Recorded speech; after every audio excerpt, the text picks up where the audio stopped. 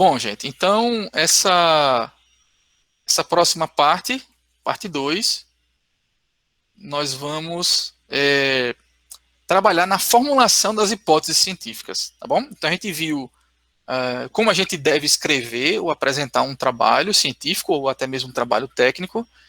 E já nessa parte é uma parte mais, vamos dizer assim, mais filosófica da coisa, né? Que é de como a gente pensar o trabalho, né? Vocês estão nessa fase agora, né? Pensando nas pesquisas, tanto coletiva quanto as pesquisas individuais. Então é muito importante a gente compreender alguns aspectos importantes que eu vou falar aqui para vocês, tá bom? Então vamos lá. Primeiro passo, a gente tem que entender o que é ciência, né? Com uma forma mais ampla, tá? O que é ciência? A ciência é uma atividade humana. Existem as leis da natureza e existem as leis da ciência, certo? A ciência, ela tem regras. Então, para fazer ciência, é preciso conhecer essas regras. Tudo tem lei, tudo tem regra, tá? Então, para fazer ciência, eu preciso conhecer essas regras. E a gente viu na parte 1 já algumas regras, né, de como se fazer ciência. Né?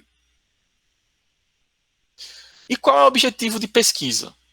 Qual o objetivo de pesquisa, né? Primeiro, é fazer uma contribuição inovadora para a ciência. Esse conceito de inovação, às vezes, ele não é muito bem entendido, né?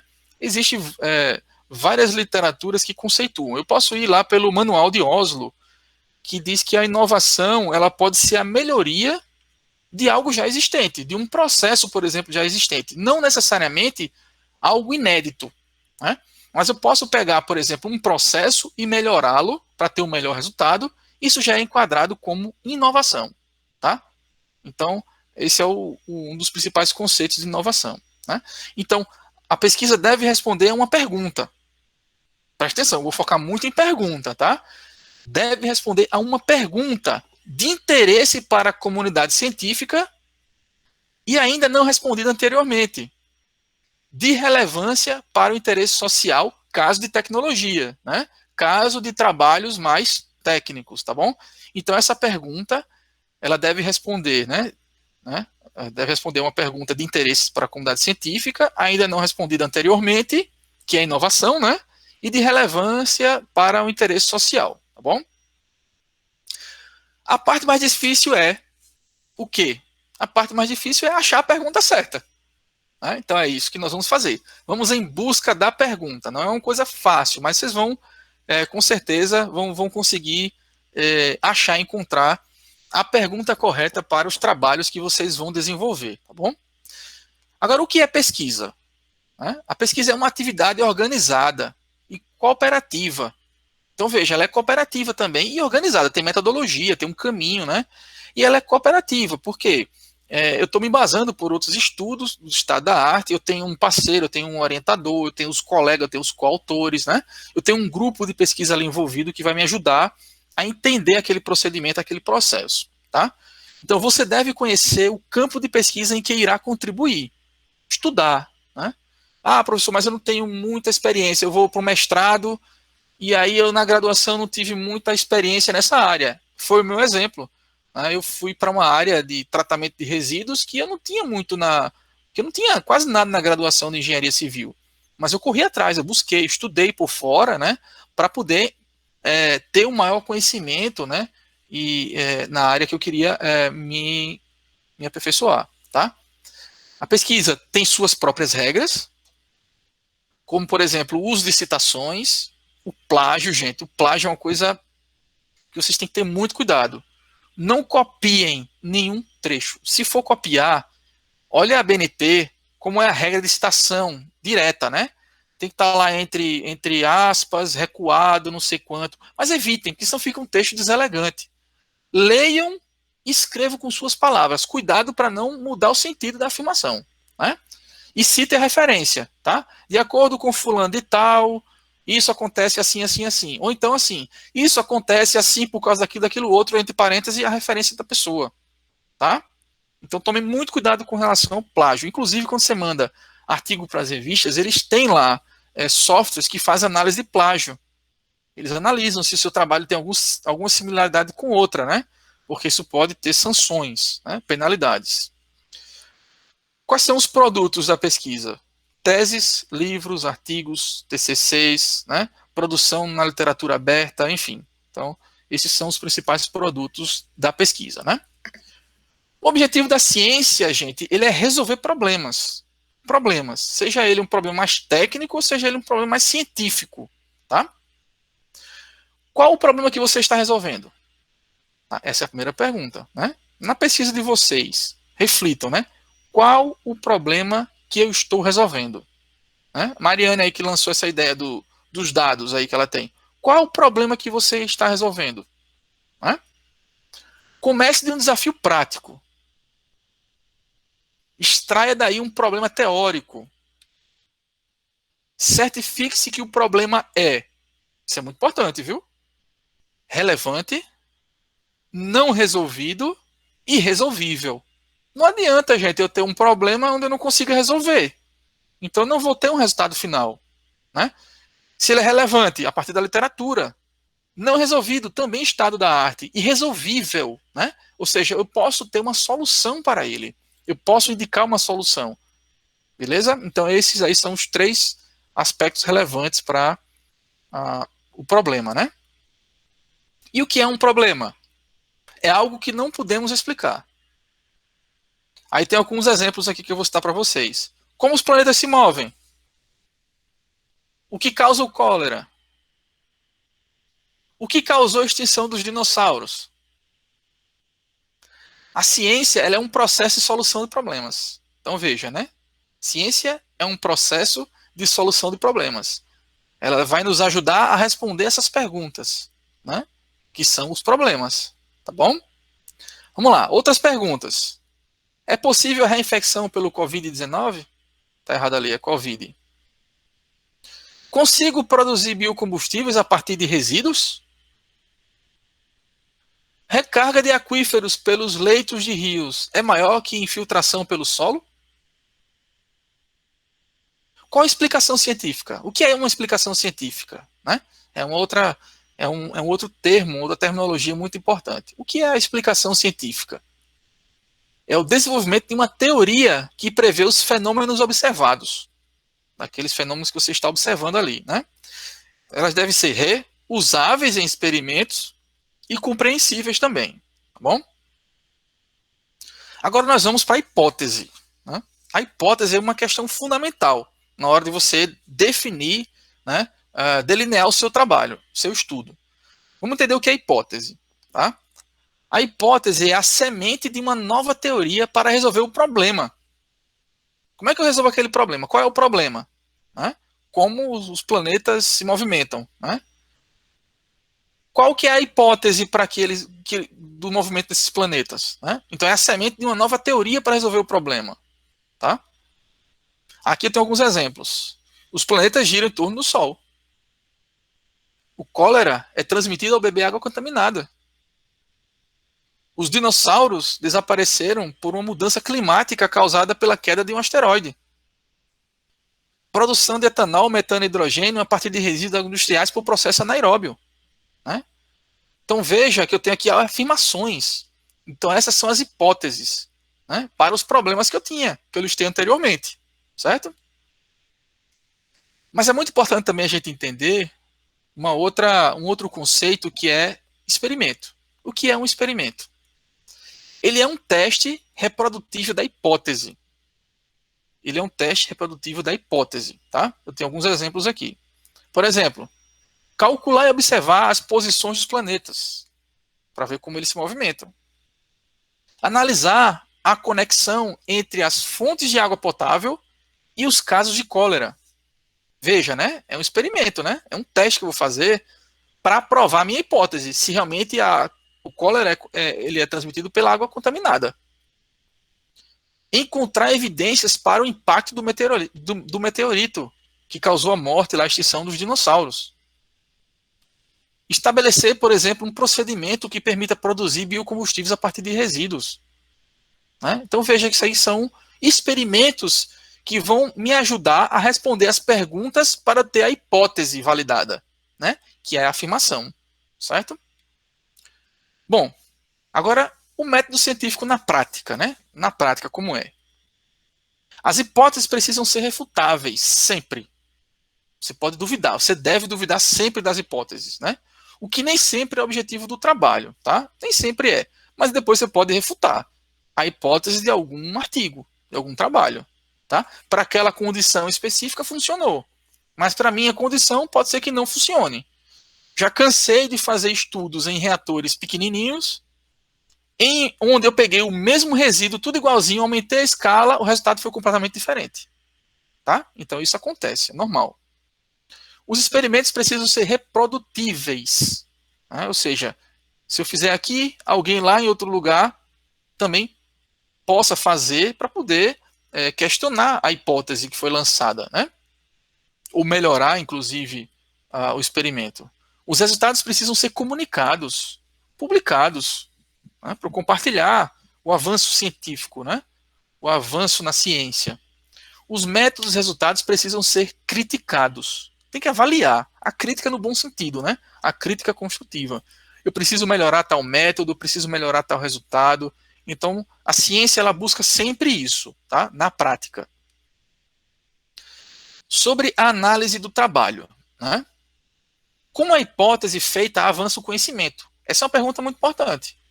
Como é que a hipótese que você está lançando avança o conhecimento, né? Aí você tem que ver o estado da arte para ver onde é que ela vai avançar.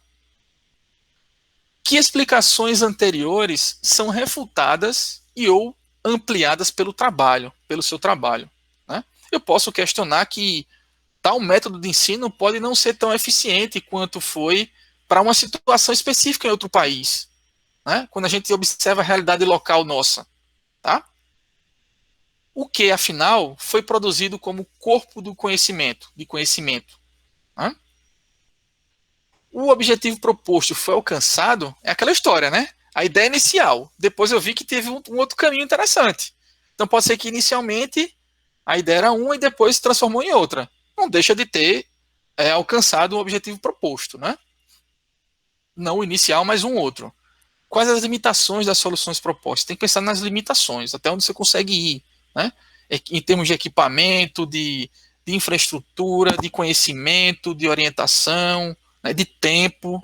Né? Então você tem que pensar em tempo. Não adianta eu propor um trabalho de conclusão de curso que eu tenho que fazer em 6 meses, onde eu vou ter que abraçar o mundo, né? Não adianta, você não vai ter tempo suficiente, aí você vai ficar com um trabalho incompleto. E qual o poder de generalidade do resultado? Então isso é muito importante. Trabalhos mais gerais, com resultados mais gerais, né? Eles são mais questionáveis, mais questionados, tá? Enfraquece, tá bom? E aqui eu quero listar para vocês algumas atitudes do pesquisador, para reflexão de vocês, certo? Primeira, busca racional do conhecimento. Vocês têm que buscar o conhecimento, ler artigos relevantes, artigos em inglês, artigos que é a língua mundial, né, dos periódicos internacionais. Não ficar somente restrito a artigos em congresso, artigos em português, dissertações, teses, TCCs, blogs, enfim. Vocês têm que expandir, né, a busca do conhecimento na literatura internacional. Você precisa generalizar a base de teorias explanatórias, conhecer os limites do seu reducionismo. Você precisa manter a mente aberta para lutar para encontrar as perguntas certas. Porque esse é o desafio. Qual que é a pergunta? Né? Então você tem que ter a mente aberta. Às vezes você pensa numa linha, mas essa sua linha de raciocínio talvez não seja mais adequada para você encontrar a pergunta correta. Então abra sua mente, né? Enxergue outras possibilidades. Discutir suas ideias com seus pares, com seus colegas, com seus orientadores, né? Com os pesquisadores da sua área. Né? Discuta para ver se o caminho aquele é correto. Eu estava com uma dúvida, por exemplo, num procedimento experimental que eu queria fazer agora num ensaio cinético com resíduo. E eu consultei os professores, consultei o pessoal lá de São Carlos, para saber se aquela minha linha de raciocínio estava correta. Né? E eles me responderam com o maior prazer. Consultem os autores dos artigos, mandem um e-mail. Eles respondem, né? Alguns respondem sim. Então a gente tem que insistir, tá? Bom, e aí você deve comunicar suas ideias. Né? Escrever artigos e relatórios, tem que praticar. Não adianta, você não vai ficar craque no negócio se você não pratica, né? Você não vai ficar craque em bater falta e fazer um gol de falta, como, sei lá, o Zico fazia, né? Se você não treinar bastante. Além do dom, né? Que a pessoa também tem que ter em algumas coisas, lógico. Mas a escrita, ela é prática. Você tem que praticar. Escrever, né? Submeter os seus trabalhos à revisão dos pares, do seu orientador, dos seus amigos, seus colegas. Tá? Submeta a revistas e conferências para ter esse retorno. Como o Aleph, por exemplo, colocou, né? Ele recebeu uma resposta do artigo, está lá um monte de consideração. Isso é importante. Esse feedback é fundamental para o pesquisador. Mande cópia de versões iniciais para os colegas. Então você está escrevendo um trabalho, manda para um colega, porque às vezes ele não é tão da área e você está tão viciado com aquela informação que você acha que está correta. E de repente alguém que não é tão da área olha com uma visão diferente e dá um posicionamento para você interessante. Olha, eu estou sentindo falta disso, de um detalhamento maior sobre aquilo, né? Então tentem fazer isso, isso é muito importante. Bom, e aí você diminui o ciclo de comunicação, né? Diminui o ciclo de comunicação. Aí também faça apresentações, aquilo que eu falei. Apresente seus trabalhos, né? Reúna um grupo de colegas. O que a gente faz, né? A SEMP, é muito interessante essa atividade, onde você compartilha as informações, né? Para discutir o conhecimento, novo conhecimento, enfim, novas ideias. Organize um conjunto de seminários. Isso é muito interessante. Eu sempre, quando ia para algum congresso, o meu orientador ele pedia para que eu fizesse uma apresentação para ele numa sala de seminários. Ele sentava lá e observava a minha apresentação do começo ao fim. Marcava tempo, marcava o conteúdo da minha apresentação, se estava bom ou não, o que é que eu devia abordar mais, quais eram as possíveis perguntas que o público ia fazer. Então a gente fazia esse treino, né? Então eu sempre faço isso com meus alunos. Antes de defender, eu peço para que eles façam a apresentação para mim e aí eu faço as minhas considerações, tá? Já prevendo, inclusive, as possíveis perguntas e os gargalos, lógico, para a gente explicar, né? Porque sempre tem algumas limitações nas pesquisas, tá? Então, esse é o conselho que eu dou para vocês. Existem algumas questões psicológicas também que são importantes para a gente frisar aqui, né? Quais são elas? Por exemplo, você vai ficar exausto. Você não vai aguentar mais pesquisar sobre aquilo. Você vai se cansar, né? Vai ficar completamente saturado, né? Cansado. Isso é natural. Você vai sentir-se isolado às vezes, né? Porque às vezes é uma área tão específica que não tem ninguém para discutir com você e, poxa, ninguém faz isso, né? Você vai odiar seu assunto de pesquisa em determinado momento. Ou porque o negócio não está dando certo, né? Ou porque eu não estou dando a resposta ao orientador, ou porque o orientador não está me orientando, não está tendo tempo de me orientar, né? Enfim, você vai odiar um certo tempo. Isso tudo são sentimentos normais. Você vai ficar frustrado a ter de se limitar a um tema, né? Porque eu quero resolver um problema mundial, né? Eu quero achar a solução para algum problema.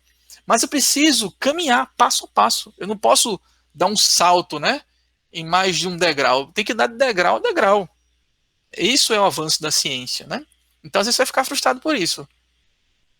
Você vai ter o bloqueio de escritor. Isso é muito interessante. Você vai sentar para escrever e não sai nada. Ou então você escreve e apaga, escreve e apaga, escreve e apaga. Não faça isso. O que você escrever, deixe lá. Dê um enter e escreva novamente a mesma ideia. E você vai melhorando. Você vai sentir produtivo. Você vai ver que está produzindo material, né? Então faça isso. Leia muito também antes de escrever, tá? Leia muito, muito mesmo. Você vai ficar mais interessado ao perceber que conhece o tema melhor que o seu orientador. Porque existe uma mania dos alunos de que o orientador já sabe de tudo e sabe da resposta do seu trabalho. Parece que é um teste, né? Vamos testar? Vou testar esse aluno aqui para ver se realmente ele consegue testar essa hipótese. Na verdade, não é bem assim, né? A gente tem uma ideia de um tema interessante. E aí a gente coloca a proposta, né? E o trabalho é do aluno, é do pesquisador, certo? E vocês vão ver que vocês vão estudar e vão saber muito mais do que o orientador. Isso é natural. O próprio nome já diz, orientador, né? Baseado na experiência dele, ele vai dar ideias do caminho a seguir. A solução, gente, estabeleça um grupo de suporte, né? Lá no seu laboratório, lá no seu grupo de pesquisa, sei lá, enfim, agora no grupo de pesquisa virtual, no PET, né? Enfim, onde você estiver localizado, estabeleça esse grupo de suporte, discuta com seus colegas, né? Distribua o trabalho que você escreveu para a opinião de cada um, para ver se está bom, se ficou ruim, né? O que precisa melhorar, tá bom? Bom, agora uma outra questão importante. Como gerenciar o seu orientador? Olha aí, viu? O que é que eu gostaria que meu aluno fizesse para me gerenciar? Tá? Eu vou colocar aqui algumas dicas para vocês. Veja só. A primeira é a seguinte: qual que é a expectativa do orientador? Que o aluno seja independente. Não fique esperando que ele diga, faça isso. Daqui a pouco, faça aquilo. Né? Você estabelece um plano de ação junto com o seu orientador e vai desenvolvendo esse plano de ação e vai entregando para ele os resultados. Que produza escritos de qualidade. Para você produzir escritos de qualidade, você tem que treinar, você tem que escrever, você tem que ler, né? Para ver o que é que a literatura, como é que os principais autores apresentam os seus resultados científicos. Que seja a força motriz de relacionamento. Você, o aluno, o orientado, é a força motriz do relacionamento, tá? Senão a coisa não vai funcionar. O orientador vai ver que o aluno não está dando resultado, ele vai deixar de lado. Ele vai investir em quem? Em um outro que está dando mais resultado.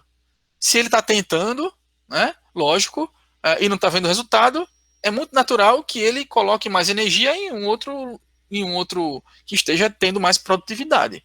Tá? Então você tem essa responsabilidade de ser a força motriz do relacionamento. Dica, gente, olha só. As dicas que eu dou para vocês. Viu? Primeiro, conquiste a atenção do orientador com resultados periódicos. Apresente para eles resultados periódicos. Professor, olha, eu consegui isso, o que é que você acha? Né? Faça breve apresentações, marque reuniões periódicas, dê esse retorno, faça uma agenda positiva de metas. Tá? A outra dica, mantenha informado sobre os seus avanços. Isso é muito importante. Não faça nada só. O que você tiver de resultado, seja positivo ou negativo, compartilhe com o orientador, porque ele pode te dar a ideia de solução. Né? Então vamos supor, você está fazendo um experimento com bactérias. De repente você está usando lá um pH errado. Matou tudo que é bactéria. Se você comunicar ao orientador, ele vai dizer, epa, fulano, muda aí que o pH está errado. Você vai conseguir recuperar as bactérias lá. Né? Então você deve mantê-lo informado para que um dano maior seja evitado. Envie a ele versões preliminares do seu trabalho. Tá?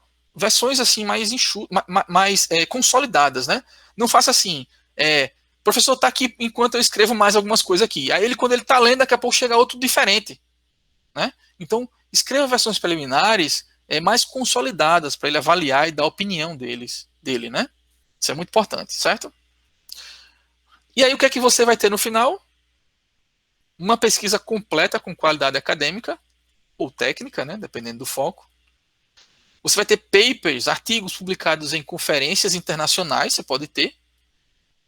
Você vai ter uma maior experiência profissional, porque você vai aprender com quem tem experiência, que é o seu orientador. Né? Isso vai trazer um grande benefício. Né? Enfim, de todos os tipos e de como você... vários tipos de experiência, né? Como você deve comprar, como você compra um reagente, como você compra um equipamento, né? Quais são os fornecedores, como é que você escreve um projeto de pesquisa, como é que você submete um artigo científico. Né? Então isso é uma troca de experiência. Isso que a gente está fazendo agora aqui. Né? Eu, como tutor, sou orientador de vocês. Estou passando para vocês um pouco da minha experiência que eu adquiri ao longo desse tempo. Né? Você também vai sentir, né, um sentido de realização pessoal e profissional no final. Poxa, eu consegui. Né? Certo? Enfim, é isso que você vai ter no final. Beleza? Aqui são algumas referências que eu utilizei para fazer este nosso curso, esse nosso mini curso. De artigos científicos e também essa questão da formulação de hipóteses, tá bom? Então, a chave é essa. Encontre a pergunta correta. Né? Qual é a pergunta? Para depois você ter a resposta, que é a hipótese. Né?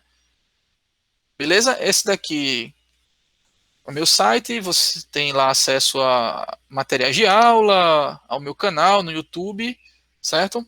Então, com isso a gente encerra o nosso mini curso de hoje.